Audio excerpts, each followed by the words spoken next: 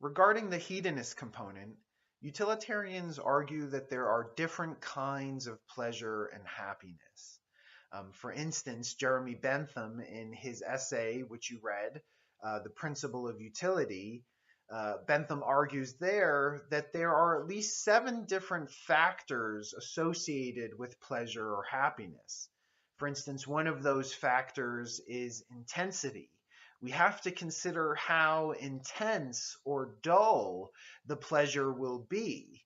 Presumably, the more intense the pleasure or suffering, the more that should influence our actions. The more we should take that into consideration. Another factor that Bentham cites is duration. How long will the happiness or suffering last?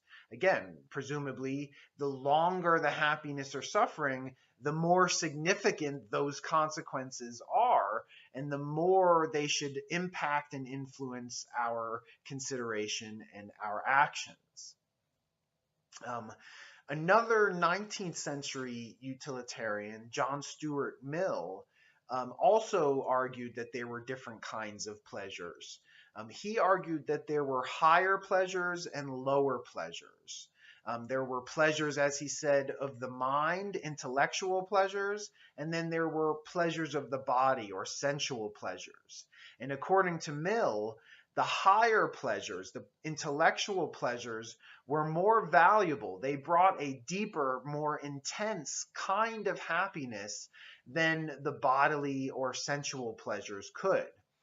Again, these were all pleasures, they were all kinds of happiness, but John Stuart Mill was arguing that different kinds of experiences can have different amounts of value.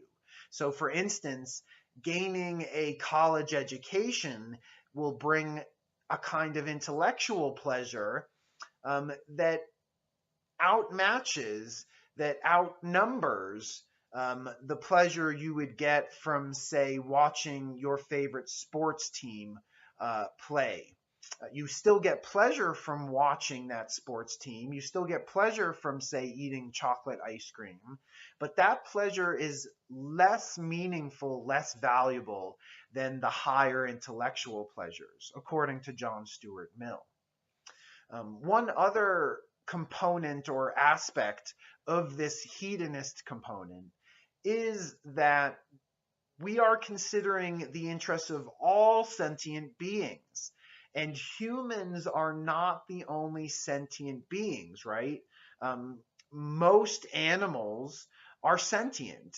Any other being who has consciousness generally is sentient, though not always. So, your dog or a chicken or a cow, those are all sentient beings as well. And the utilitarian is arguing that we need to consider the interests of those animals as well.